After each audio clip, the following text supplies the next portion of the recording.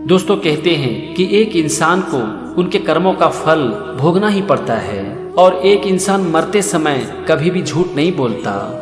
राम के वन जाने के बाद पुत्र वियोग में राजा दशरथ की हालत बहुत खराब हो चुकी थी और मरने के ठीक पहले उन्होंने कहा था कि कर्म फल को कोई नहीं बदल सकता।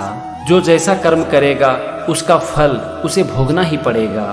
कोई कितना भी बड़ा सम्राट हो, उसकी शक्ति, उसका समस्त सैन्य बल कर्म फल भोगने से राजा को नहीं बचा सकता। कर्म सबसे शक्तिमान है और यही विधि का विधान है। कर्म के आगे सबको शीश झुकाना पड़ता है। फिर वो अपने कर्म के बारे में बताते हैं कि कैसे अनजाने में उनके हाथ से श्रवण कुमार की हत्या हो गई थी और उनके पिता ने पुत्र वियोग में तड़प तड़प कर मरने का उनको श्राप दिया था। फिर हम सब जानते हैं कि राजा दशरथ की मृत्यु पुत्र वियोग के कारण ही हुआ। दोस्तों, इस दुनिया में कोई भी इंसान कर्म के फल से बच नहीं पाया है। जो इंसान जैसा कर्म करता है उसे वैसा ही फल मिलता है। हमारा कर्म एक दिन हमारे पास ही लौट कर आ जाता है।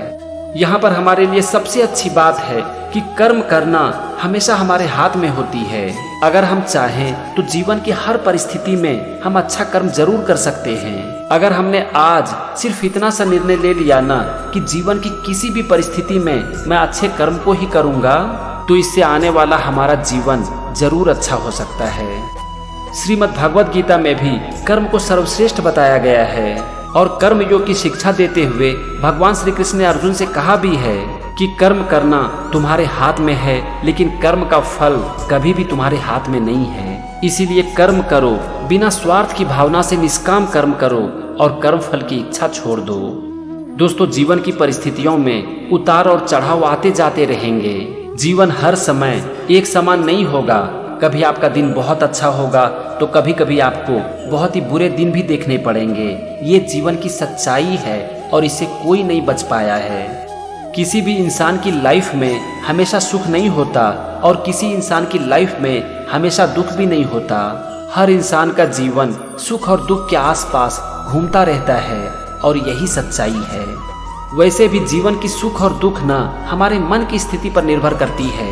ये बहुत हद तक इस बात पर निर्भर करती है कि किसी भी सिचुएशन में हम क्या देखते हैं और किस तरह से उस सिचुएशन को लेते हैं। इसीलिए कहते हैं कि जीवन की परिस्थितियाँ कभी भी आपके जीवन को डिसाइड नहीं करती, बल्कि उस परिस्थिति में आपका रिस्पॉन्स आपके जीवन को डिसाइड करती है। तो फ्रेंड्स, अपने कर्म को करो, निष्काम कर्म करो, सच्चे दिल से कर्म करो और हाँ, इस बात को याद रखो कि आपको आपके कर्मों का ही फल मिलता है और एक दिन आपका कर्म जरूर आपके पास लौट कर आएगा। और रामायण में यही चीज हमें राजा दशरथ सिखा रहे हैं। अब हम आते हैं रामायण की एक दूसरी सीख पर। दोस्तों, हमारे समाज में माता को पूजनीय माना जाता है और उसे भगवान का रूप भी माना जाता है। तो जरा आप सोचो कि भरत ने अपनी माता का त्याग क्यों कर दिया।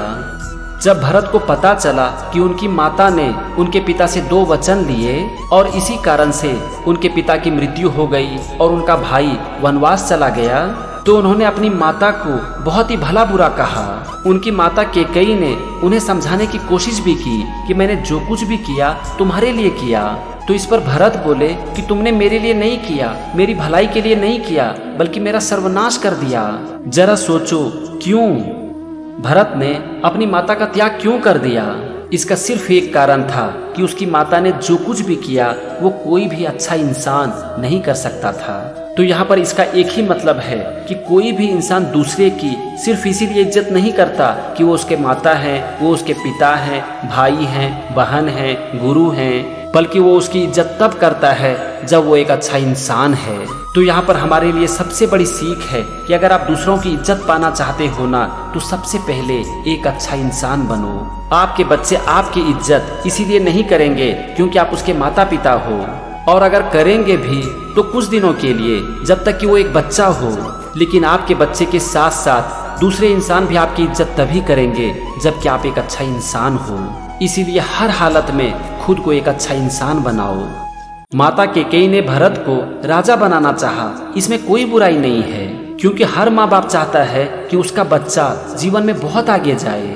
लेकिन उन्होंने ये काम किया दूसरों की कीमत पर। उन्होंने ये काम किया राम के अधिकार को छीनकर और राजा दशरथ के प्राण को लेकर। और इस चीज को भरत स्वीकार नहीं कर पाए और उन्होंने अपनी माता का ही त्याग कर दिया। तो दोस्त, यहाँ पर हम सब के लिए एक बहुत बड़ी सीख है कि अगर जीवन में इज्जत कमाना चाहते हो ना, तो सबसे पहले खुद को एक अच्छा इंसान बनाओ, एक ऐसा इंसान जिसके दिल में सबके लिए निस्वार्थ प्रेम हो, फिर चाहे वो आपके बच्चे हो या फिर दूसरों के, सबको समान समझो और सबसे निस्वार्थ प्रेम करते रहो। फिर आपके बच्चों के साथ साथ दूसरे लोग भी आपकी इज्जत करेंगे और इसी को कहा जाता है इज्जत कमाना।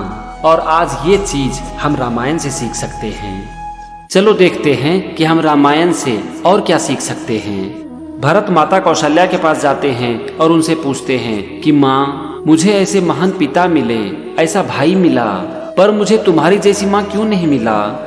मुझे कैकेयी सुत का कलंक क्यों मिला? अगर आज आप मेरी माता होती तो मेरे ऊपर इतना बड़ा कलंक कभी नहीं लगता।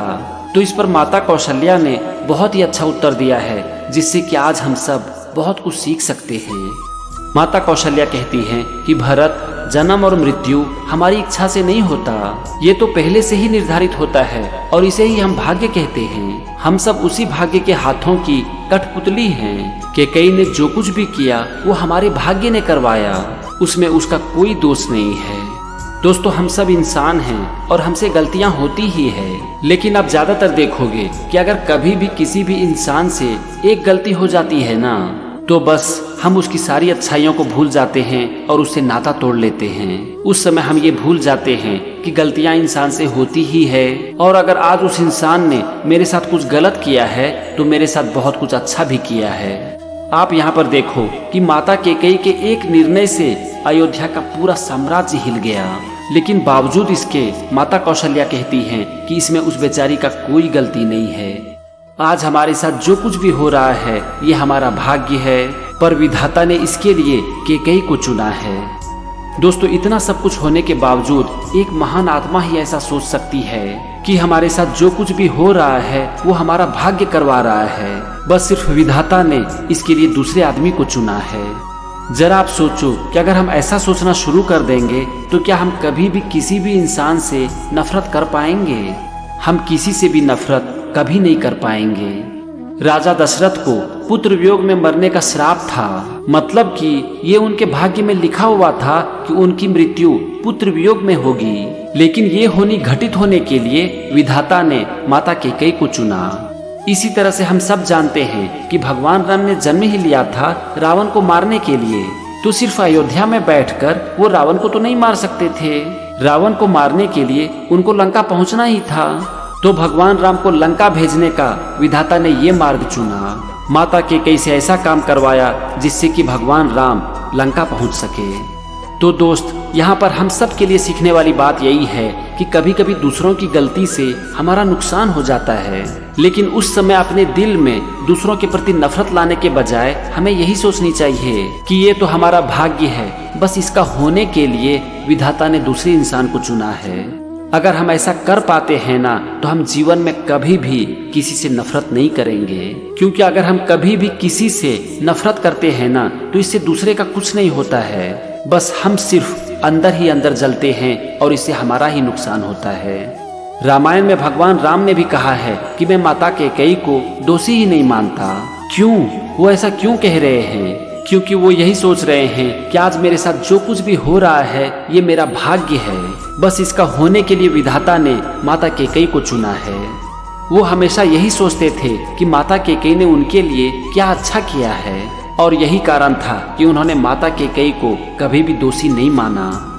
तो फ्रेंड्स, ये थी जीवन की कुछ सीख जो कि हम रामायण से सीख सकते हैं। मैं उम्मीद करता हूँ कि रामायण का ये एपिसोड आपको पसंद आया होगा और आप अपने जीवन के लिए आज जरूर कुछ सीखे होंगे। तो आज के एपिसोड में बस इतना ही। अगले एपिसोड में हम कुछ और रामायण से सीखने की कोशिश करेंगे। तो मेरे साथ बने रहिए और सीखते रहिए जीवन की सीख रामायण से। जय श्री राम।